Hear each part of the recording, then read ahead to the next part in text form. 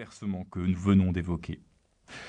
Et bon nombre de ruraux, sans pour autant vivre dans des communautés totalement hermétiques, n'ont pas franchi au XIXe siècle la frontière de leur département et ont donc vécu à distance les révolutions que nous venons de présenter. Le XIXe siècle mérite donc d'être redécouvert dans toute sa complexité, voire dans ses contradictions. C'est évidemment le siècle des révolutions, nous l'avons dit, mais c'est aussi le siècle bourgeois par excellence, le siècle à la fois conservateur et utopiste, le siècle de l'émancipation démocratique, mais aussi le siècle de la surveillance disciplinaire, le siècle de la normalisation des conduites, qu'a bien mis en exergue naguère Michel Foucault en montrant combien la naissance de la prison au XIXe siècle s'était accompagnée d'un redressement des corps et des âmes qui avaient circulé à travers la société, au-delà des murs de la prison, par l'école et la caserne. Ces thèses ont été évidemment nuancées, mais elles demeurent en grande partie, en tout cas, intéressantes.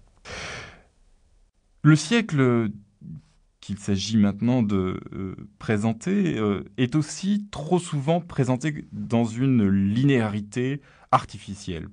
Tout ne mène pas, en tout cas sur un plan politique, logiquement et inéluctablement de la chute de l'Empire, du Premier Empire en 1814-1815, jusqu'à l'affirmation inéluctable de la Troisième République dans les années 1870-1880.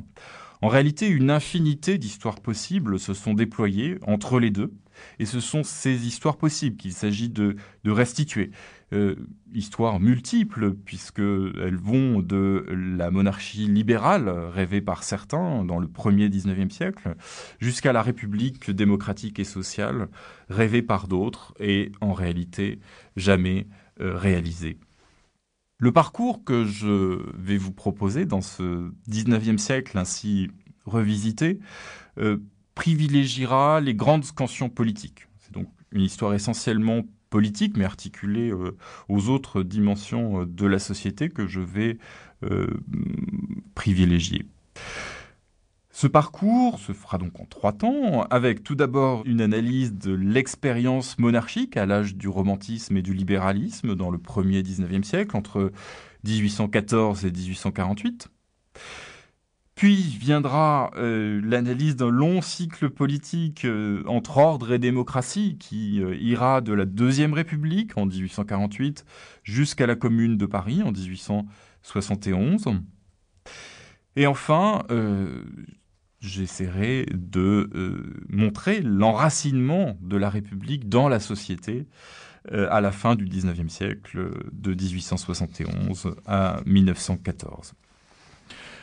Avec tout au long de cette histoire une sorte de fil rouge qui animera mon discours et qui est comment le passé révolutionnaire et impérial a été géré par les différents régimes du XIXe siècle. Le XIXe siècle a en effet, d'une certaine manière, répété et amplifié les différentes séquences de la Révolution française. C'est ce que l'historien François Furet avait tenu à démontrer dans son livre sur les révolutions des années 1770 aux années 1880.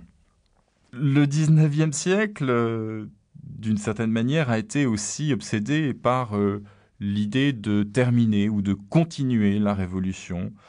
Il a répété aussi ses oppositions classiques entre 1789 et 1793, agitées régulièrement comme un spectre à éviter.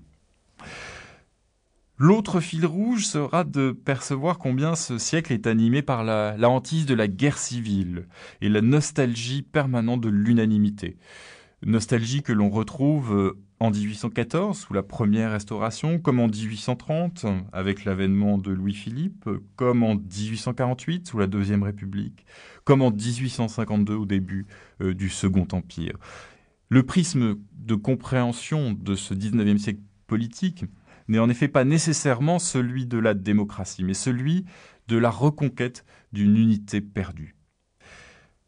Ce XIXe siècle, par ailleurs, a expérimenté une multitude de formes politiques et sociales. Les formes en partie nouvelles, et non seulement héritées donc de la Révolution française, héritées aussi de plusieurs types de souveraineté et de